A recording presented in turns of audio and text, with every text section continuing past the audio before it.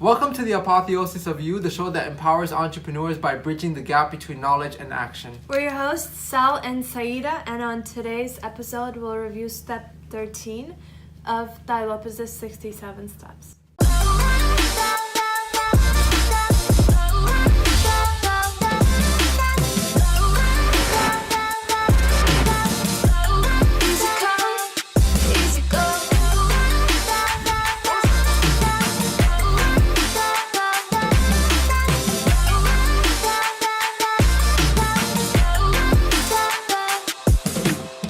Lopez has been a wonderful mentor to us. He has amassed a huge, vast library because he reads a book a day. He has done a TED Talk. He has masterminded with some of the greatest minds on the face of the planet, and he has distilled all of his knowledge into these 67 steps, into these 67 frameworks to what he calls is the good life.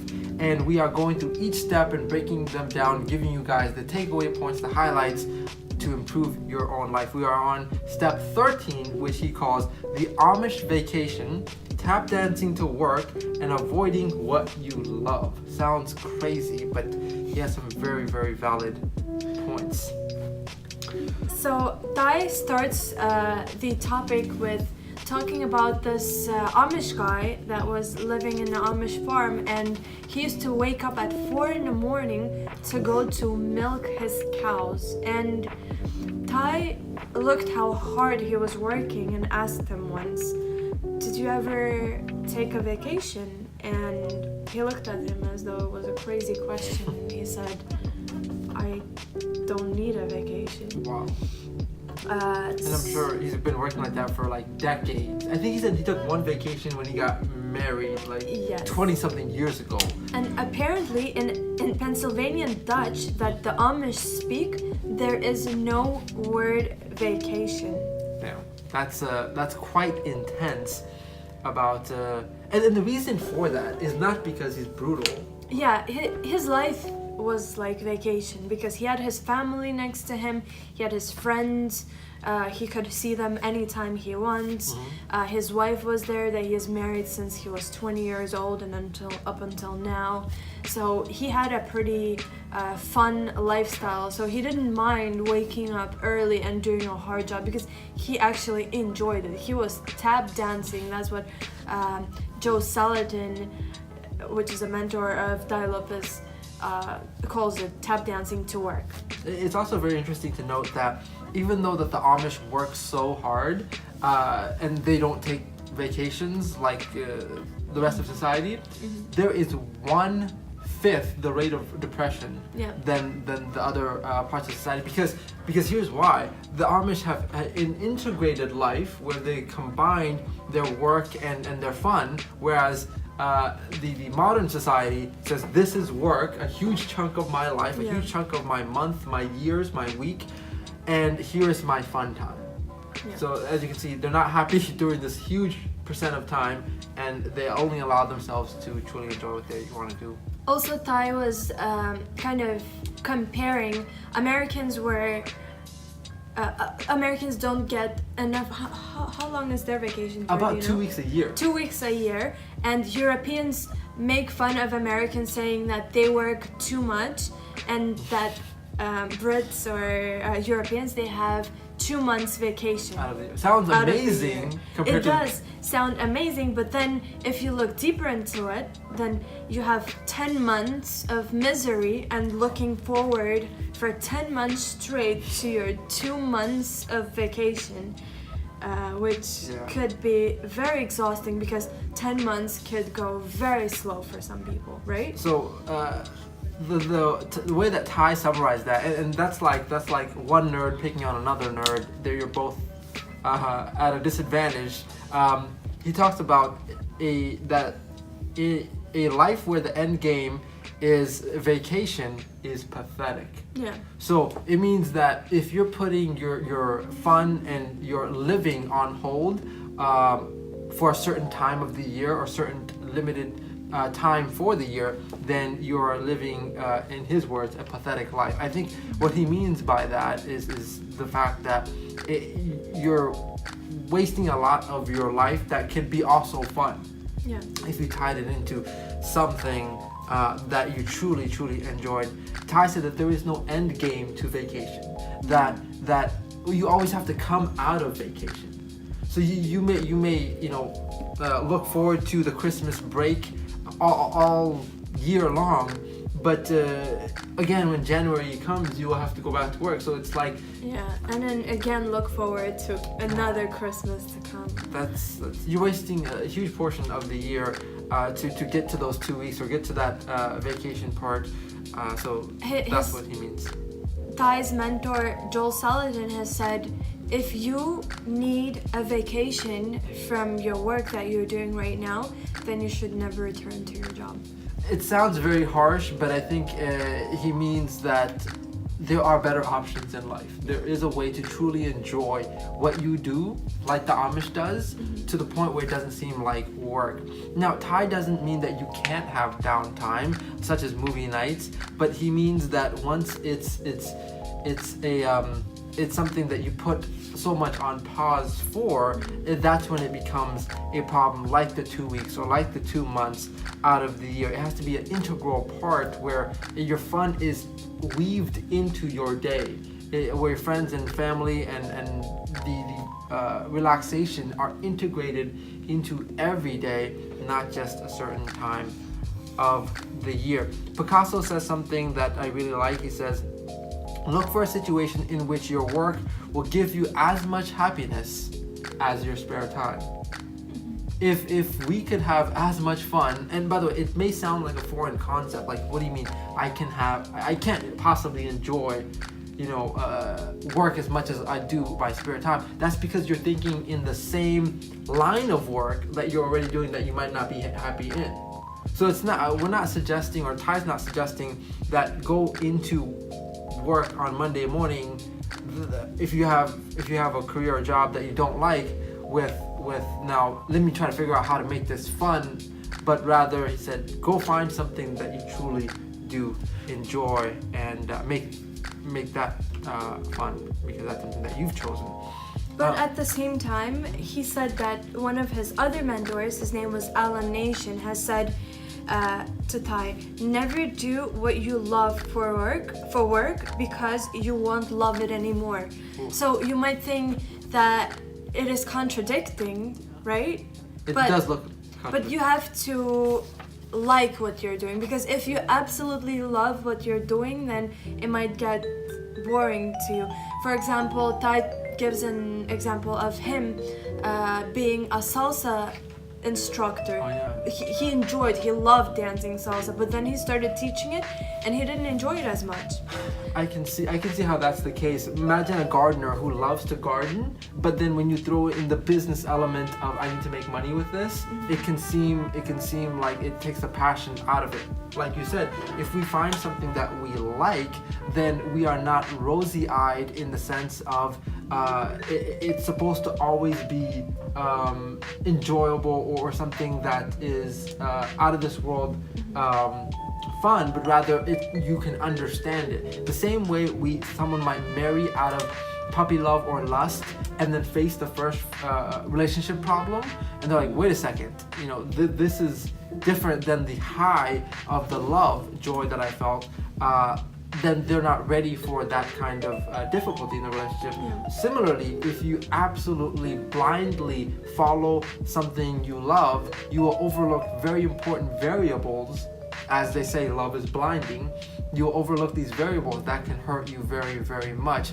And I know it's very much portrayed in Hollywood movies that love or pursuing your passion leads to ultimate success, but there can be. We were talking about it this morning, actually. We were. Yeah. But it's what was it? Oversimplification. Oversimplification, exactly.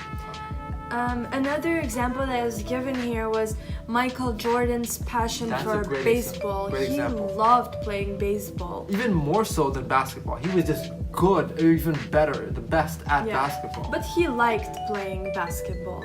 Yes. And of course, for his career, basketball was better.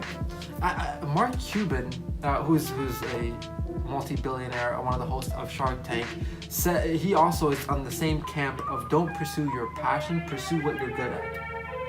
Because if you're good at it, and that's what Michael Jordan did. He liked something that he was really good at. He loved something that he could enjoy but may not be world class in. And so remember that example of Michael Jordan. He became a basketball legend in something that he liked and became just a name in the wind in baseball, something that he absolutely loved. I know it's different thinking, but it seems to be something that has a lot of practicality to it.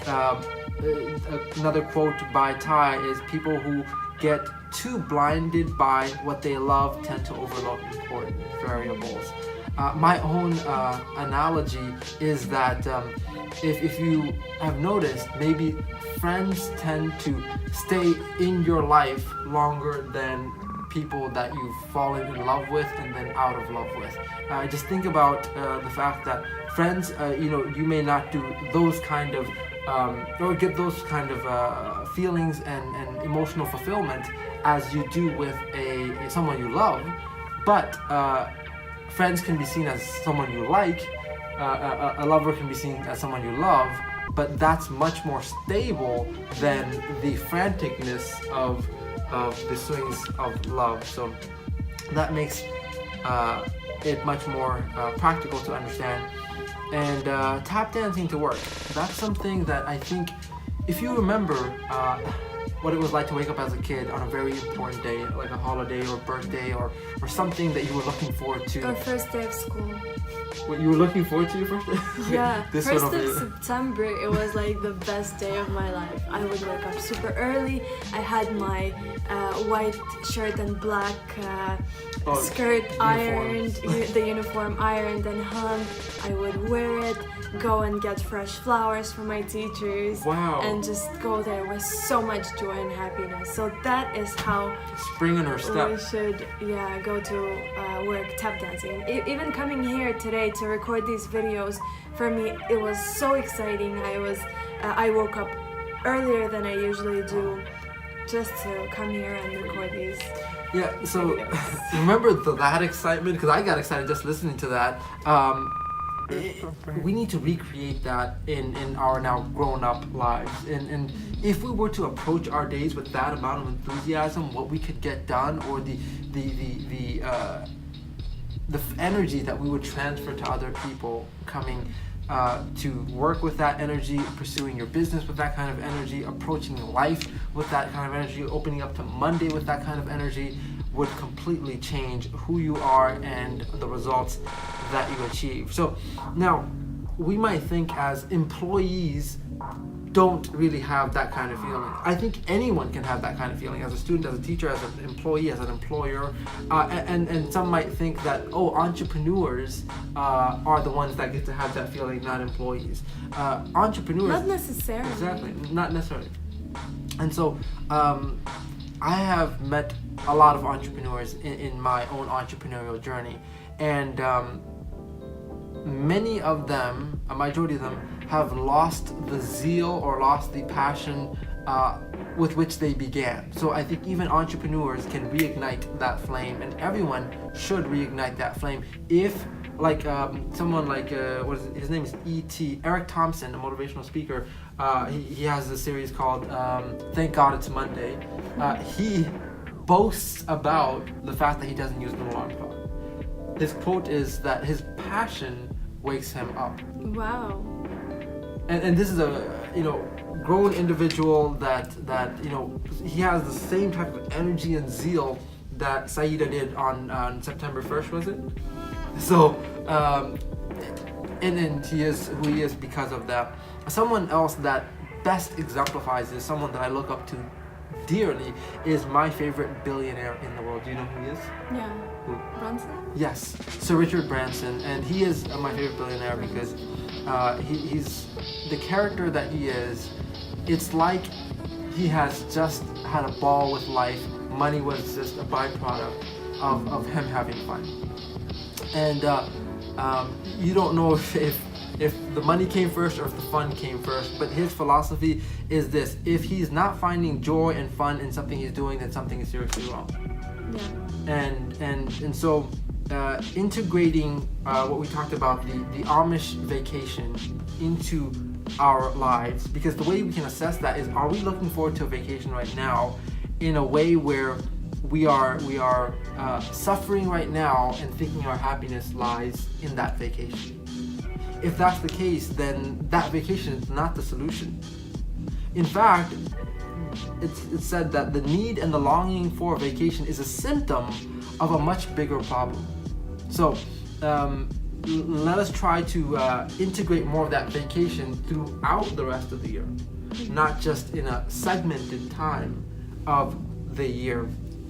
So says opportunities only for, but also Ty mentions that not all opportunities are for everyone. As we talked about Michael Jordan, it has to fit with who you are and what your aims are, so in that way we can stay focused with our own agenda. So overall, I think the biggest takeaway from this is the tap dancing to work part, the waking up in the morning with a zest for life. Have you been seeing more of that in your life? Is waking up with more? When I was a teenager still, I used to work for this company called Abercrombie & Fitch, and I used to love that job, even though I was getting paid, I think, the minimum wage. But I used to wake up super excited to be there. I had my uniform. She loves uniforms. Yeah, I had my uniform ironed and all hung up nice. I would wear it, go there, and see all of my friends that were working. I enjoyed it. Wow. So much. So actually that is something that I loved doing at that time. That's beautiful. So having that type of excitement is very important. That was a job that I was best at, and after a couple of months they even raised me. Wow. Yeah. Because of the energy you brought. Exactly. They could see how excited I was to work for that company. It's very, very important that we take a serious look and evaluation of our lives, starting with the way we wake up. If we wake up dreading the day, wanting to get back under the blankets, then let us use that as a very strong signal that some things in our lives need to change. And if we want this year to be different than last year, if we want different results, if we don't want a repeat of every single year so that the end of our lives doesn't become an accumulation of 1 year lived 75 times over and over, but rather each year is slowly elevating and getting you bigger and bigger results and closer to the apotheosis of yourself, let us use what we talked about today to evaluate our mornings, to wake up with the same enthusiasm and energy that Saida woke up with, and start our day. So the question that we want to leave you with is, are you currently vacation minded? Are you currently suspending your own fulfillments and looking at something in the distance as the savior to your joys? And remember, if it is a vacation, regardless of it being 2 weeks or 2 months, it will end and you will have to go back to the routine. So integrate routine or the fun in the routine. But if you want to summarize how well your life is doing in terms of your happiness, do you wake up with a spring in your step? So answer those two questions. Are you vacation minded, and do you wake up with a spring in your step?